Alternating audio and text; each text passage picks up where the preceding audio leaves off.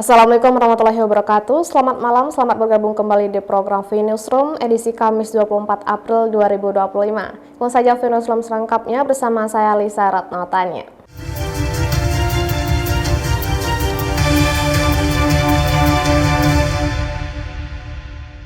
Seorang pria Parubaya berinisial A berusia 68 tahun ditemukan meninggal dunia di Hotel Tanjung Pinang.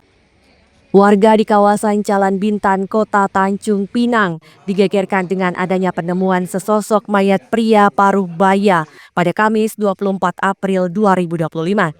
Pria yang diketahui berinisial A dan berusia 68 tahun tersebut ditemukan meninggal dunia di salah satu kamar Hotel Surya.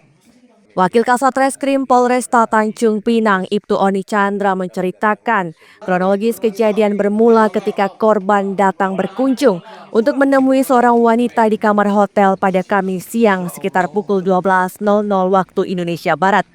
Namun setelah 15 menit berlangsung, korban tiba-tiba didapati meninggal dunia dalam kondisi telungkup tanpa mengenakan pakaian. Tak lama kemudian, polisi langsung turun ke lokasi kejadian untuk melakukan olah TKP. Di lokasi tersebut, polisi menemukan obat-obatan yang letaknya tidak jauh dari tubuh korban. Namun belum bisa dipastikan apakah obat itu menjadi penyebab kematian korban. Ini pada hari Kamis, kita mendatangi sebuah TKP di salah satu hotel di Jalan Bintan, di kamar 110, dengan adanya laporan orang meninggal. Untuk penyebab meninggalnya mungkin kita nanti akan berkoordinasi atau kita bawa ke Rumah Sakit Umum Daerah Provinsi Raja Ahmad Tabib. Ya.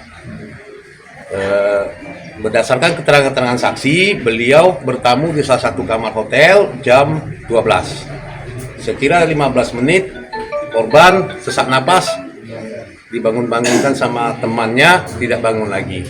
Kemungkinan pada saat itulah beliau meninggal. Ya. Untuk penyebab kematian, kita menunggu hasil visum dari Rumah Sakit Umum Daerah Raja Ahmad Tabib Provinsi Kepri. Mayat pria Parubaya tersebut sudah dibawa ke Rumah Sakit Umum Provinsi Raja Ahmad Tabib untuk dilakukan visum guna mengetahui penyebab kematian korban. Lucia Ratnosari dari Tanjung Pinang melaporkan. Pemkot Tanjung Pinang melalui Dinas Pariwisata berencana akan melakukan perbaikan terhadap destinasi wisata Kota Rebah yang kondisinya kini makin memprihatinkan. Beginilah kondisi wisata Kota Rebah yang berada di kawasan Secarang, Kota Tanjung Pinang, yang tampak tidak terawat dan semakin memprihatinkan.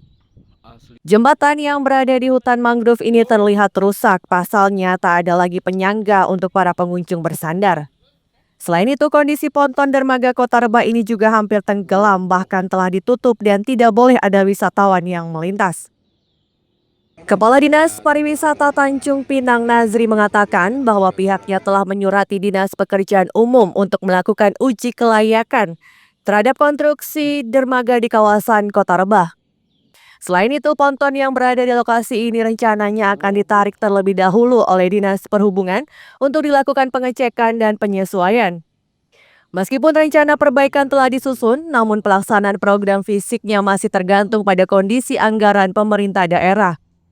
Pak, kalau untuk perbaikan sendiri berapa Pak anggaran yang sudah dibutuhkan? Belum nanti setelah ada uji kelayakan nanti kita hitung apa yang perlu di pagar atau lantainya, itu belum kita hitung.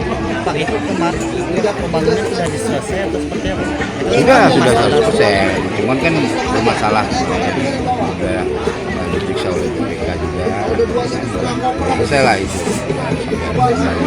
Dan sekarang kan sudah lebih dari 2 tahun, itu sudah boleh. Lucia Ratnosari dari Tanjung Pinang melaporkan.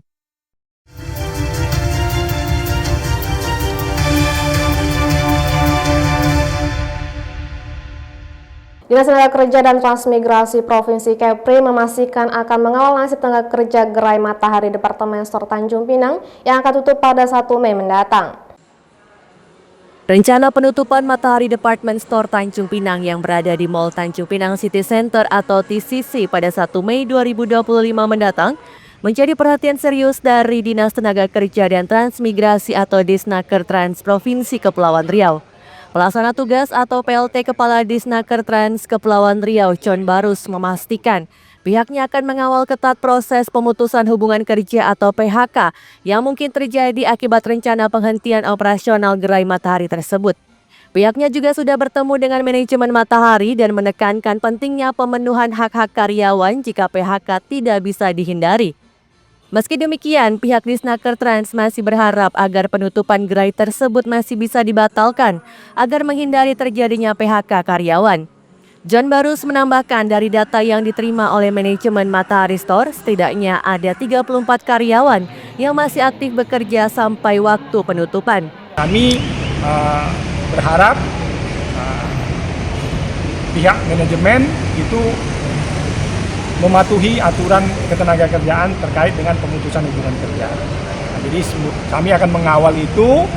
Kemarin saya dan Pak Kabid Pengawas dan beberapa pengawas dan mediator menekankan hal itu agar seluruh hak-hak karyawan itu dipenuhi sesuai dengan ketentuan yang berlaku. Sebelumnya diberitakan, manajer Matahari Department Store Mentivia Susendra menyebutkan pihaknya belum dapat memastikan seperti apa nasib 34 karyawan yang berada di sana jika terjadi penutupan. Lucia Retnosari dari Tanjung Pinang melaporkan. Bupati Bintan Robi Kurniawan akan mengevaluasi ASN terlibat dugaan pemalsuan surat tanah.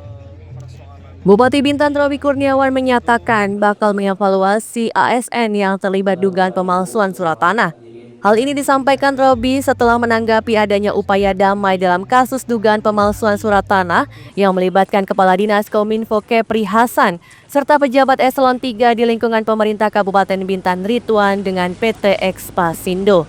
Robi menegaskan bahwa Ridwan yang saat ini masih berstatus tersangka tidak menutup kemungkinan akan kembali mengemban jabatan sebelumnya apabila hasil evaluasi dinyatakan memiliki kinerja yang baik. Nah, untuk seperti apa nanti kan ada tim dari maksudnya BKPSDM nanti yang memahami aturannya seperti apa. Tentu ini kita juga pastikan nanti ada menunggu surat apa dan sebagainya untuk nanti kita bisa lakukan langkah-langkah ke depan.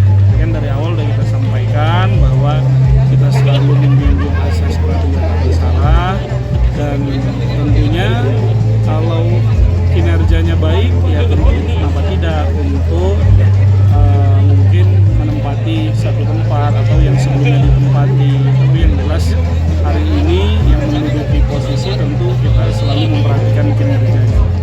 Sebelumnya diketahui Kadis Kominfo Kepri bersama dua rekannya termasuk Ridwan ditetapkan jadi tersangka dan sempat ditahan polisi atas dugaan kasus pemalsuan surat tanah milik PT Expasindo.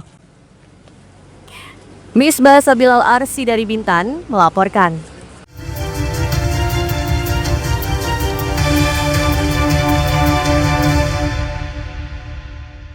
Pemirsa, kali ini kami ingin mengajak Anda mengenal usaha industri kerupuk ikan yang menjadi komoditi khas Kabupaten Bintan. Simak liputannya. Kerupuk ikan menjadi salah satu hasil industri khas daerah Kabupaten Bintan, seperti yang berada di Kelurahan Sailekop, Kecamatan Bintan Timur. Pelaku usaha kerupuk ikan, Ika, mengungkapkan dalam satu hari mampu memproduksi 50 kg bahan baku kerupuk. Untuk bahan baku tepung diperoleh dari kota Tanjung Pinang, sementara ikan tamban dipasok dari Kampung Bugis dan Kawal. Ika mengaku telah melakoni usaha tersebut selama 12 tahun terakhir. Dirinya juga mengajak masyarakat di lingkungannya untuk terlibat dalam industri kerupuk ikan tersebut. Saat ini ada dua jenis kerupuk yang diproduksi Ika, yakni kerupuk ikan tamban dan otak-otak kerupuk. Hasil produksi kerupuk ikan tersebut telah dipasarkan di seluruh wilayah Kepri hingga keluar daerah. Satu harinya sekitar 50 kilo, jadi dalam satu bulan mencapai 1 kilo sampai 1,5 ton. Kalau pemasaran kita masih sekitar Kepri sih. Tapi di luar Bintan ya Bu ya? Masih di luar Bintan, maksudnya ke Tembilahan, ke Karimun. Iya. Cuman ke daerah Jawa ada dulu, tapi sekarang udah agak macet karena terbentur ongkir. Ongkirnya kan mahal. Bu, Ibu udah berapa lama Bu? Kalau saya sekitar 12 tahun berjalan. 12 tahun ya Bu ya? Iya. Kalau bahan baku dari mana Bu dapat? bahan baku kita dari supplier Kampung Bugis untuk ikan sama dikawal. Kalau tepung kita dari Tanjung Pinang. Oh iya. Berapa jenis kerupuk Bu yang diproduksi Bu? Satu aja sih, cuman dari kerupuk ikan tamban, cuman di varian kerupuk otak-otak. Ika menambahkan dalam satu kemasan kerupuk dengan berat sekitar 500 gram dijual seharga Rp50.000 di pasaran. Dalam 1 bulan, Ika dapat meraup keuntungan hingga jutaan rupiah dari penjualan kerupuk ikan tersebut. Miss Basa Bilal Arsi dari Bintan melaporkan. Jangan lupa follow Instagram dan TikTok VNewsClick untuk berita menarik lainnya.